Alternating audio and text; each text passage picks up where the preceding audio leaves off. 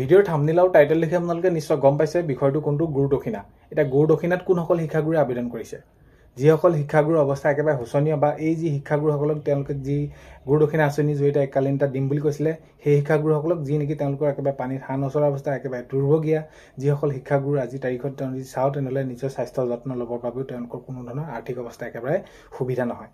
তেতিয়া এই বিষয়টো কেতিয়ালৈ কি হ'ব? গুৰু দক্ষিণা আঁচনিটো কেতিয়ালৈ ৰূপায়ণ কৰিব, কেতিয়ালৈ দিব? শিক্ষামন্ত্ৰী ডাঙৰীয়া হওক বা মাননীয় মুখ্যমন্ত্ৰী মহোদয়ে কি ক'ব? আগন্তুক যিহেতু বাজেট অধিৱেশন অনুষ্ঠিত হ'বলৈ গৈ আছে, তো এই তাতে তেওঁলোকৰ বাবে ভাল খবৰ ওলাবনে আপোনালোকৰ বাবে? তো এই বিষয়খিনি আচলতে আজিৰ এই ভিডিঅ'ৰ জৰিয়তে জনাবলৈ গৈ আছোঁ। ভিডিঅ'টো আপোনালোকে শেষলৈকে চাব বুলি আশা কৰিলোঁ। শেষত আপোনালোকৰ মন্তব্য কমেণ্টৰ জৰিয়তে জনাব আৰু এইখিনিতে আপোনালোকক এটা অনুৰোধ কৰিম, ভিডিঅ'বিলাকত সদায় কোৱাৰ দৰে চেনেলটোলৈ যদি আপোনালোক নতুনকৈ আহিছে, চেনেলটো ছাবস্ক্ৰাইব কৰাৰ লগতে কাষতে থকা বেল আইকনটো প্ৰেছ কৰি অল কৰি থ'ব, যাতে নতুন এটা ভিডিঅ' দিয়াৰ লগে লগে আপোনালোকে আগতীয়াকৈ চাবলৈ পায়। যদি ভিডিঅ'টো চাই ভাল পায় লাইক এটা কৰি দিব আৰু শ্বেয়াৰ কৰি দিব বুলি আশা কৰিলোঁ। আৰু কথাখিনি যুক্তিসংগত হয় নে নহয় আপোনালোকে সেইটো লিখিবলৈ নাপাহৰিব। এতিয়া গুৰু দক্ষিণা আঁচনিৰ জৰিয়তে যিসকল শিক্ষাগুৰুক আবেদন কৰিবলৈ ক'লে 2013 আৰু বাকী যিসকল শিক্ষাগুৰু বাদ পৰি গৈছিলে, যিসকল আৰু এতিয়া যিসকল তেনেদৰে দীৰ্ঘদিন বিনা বেতনে শিক্ষকতা কৰিলে, তেওঁলোকক এককালীন দিয়া হ'ব বুলি এইখিনি মন্তব্য আগবঢ়ালে আৰু দিয়া হ'ব বুলি ক'লে। তো এতিয়া কথাটো হ'ল প্ৰকৃততে দিব কেতিয়া? এতিয়া দিব কেতিয়া সেইখিনি আমি কৰি লওঁ। তো কথাটো হ'ল কি, এতিয়া আগন্তুক আপোনালোকে গমে পাইছে 2026-27 বৰ্ষৰ বাবে 2026-27 বৰ্ষৰ বাবে এতিয়া বিধানসভা বাজেট অধিৱেশন অনুষ্ঠিত হ'বলৈ গৈ আছে। কোন শিতানত কিমান ব্যয় কৰিব, কোন শিতানত কিমান খৰচ কৰিব, সেইখিনি বিত্তমন্ত্ৰী ডাঙৰীয়াই উত্থাপন কৰিব তাতে।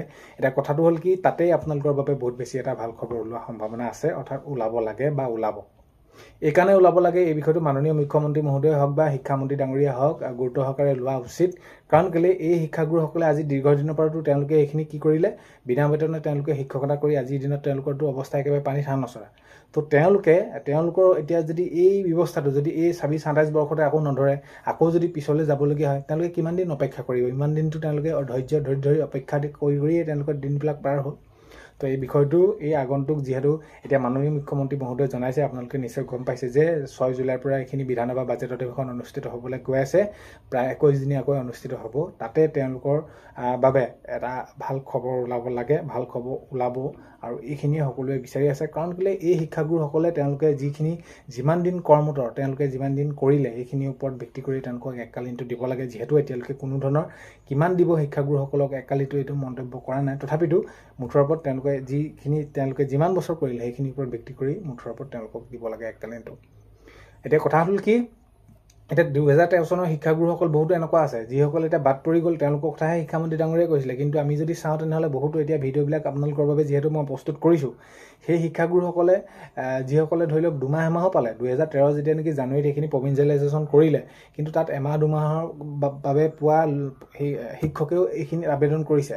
এতিয়া এই বিষয়টো এই শিক্ষাগুৰুসকল বাদ পৰি যাব নেকি বা কি হ'ব এওঁলোকৰ? চাওক, বিষয়টো এতিয়া এনেকুৱা ধৰণৰ শিক্ষামন্ত্ৰী ডাঙৰীয়াই এইটো বুজি উঠা উচিত বা অসম চৰকাৰে বা মাননীয় মুখ্যমন্ত্ৰী মহোদয়ে আপোনালোকে পদক্ষেপটো লৈছে কিহৰ বাবে? যে শিক্ষাগুৰুসকল বাদ পৰি গ'ল, তেওঁলোকে আৰ্থিকভাৱে দুৰ্বল, তেওঁলোকে সেইখিনি সমাজৰ বাবে, ৰাইজৰ বাবে তেওঁলোকে মানৱ সম্পদ গঢ়ি দিলে, তেওঁলোকক আৰ্থিকভাৱে কিবা এটা দিব লাগে।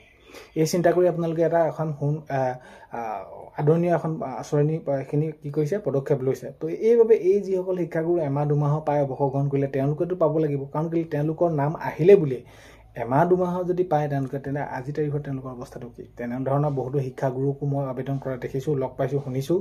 আৰু এই প্ৰত্যেকজন আচলতে প্ৰকৃততে কিমান শিক্ষাগুৰুৱে কৰিব? বহুত বেছি টকা নহয়। যিহেতু মাননীয় মুখ্যমন্ত্ৰী মহোদয়ে এতিয়া বিভিন্ন শিতানত, এতিয়া যদি আমি চাওঁ তেনেহ'লে পঞ্চায়তৰ বাবে হওক বা আঁচনিৰ নামতে হওক কিমান কোটি কোটি টকা খৰচ কৰিছে। কিন্তু এই ক্ষেত্ৰত এই সিদ্ধান্ত লৈছে যেতিয়া এই শিক্ষাগুৰুসকল হৈ যদি কিন্তু এই যিসকলে কৰিছে আবেদন সকলোকে দিলে, কিন্তু কোনো কথাত আমি যদি চাওঁ কোনো সেইখিনি বাধা নিদিয়ে বা এইখিনি বাধা দিয়াৰ প্ৰয়োজন নাই আৰু বাধা দিব বুলি কোনো ধৰণৰ সেইখিনি কথা আহি নপৰে। মাননীয় মুখ্যমন্ত্ৰী মহোদয়ে যদি এই সকলোকে সাঙুৰি লয়, তেতিয়া নিশ্চয় সকলোখিনি ভাল হ'ব আৰু এই শিক্ষাগুৰুসকলৰ এটা অন্ততঃ অৱশেষত তেওঁলোকে কিবা এটা তেওঁলোকে পাব।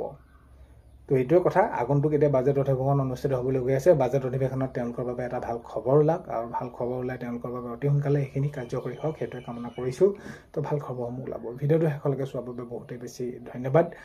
ভিডিঅ' প্ৰথমতে কোৱাৰ দৰে চেনেলটোলৈ যদি আপোনালোক নতুনকৈ আহিছে, চেনেলটো ছাবস্ক্ৰাইব কৰাৰ লগতে কাষতে থকা বেল আইকনটো প্ৰেছ কৰি অল কৰি থ'ব, যাতে নতুন এটা ভিডিঅ' দিয়াৰ লগে লগে আপোনালোকে আগতীয়াকৈ চাবলৈ পায়।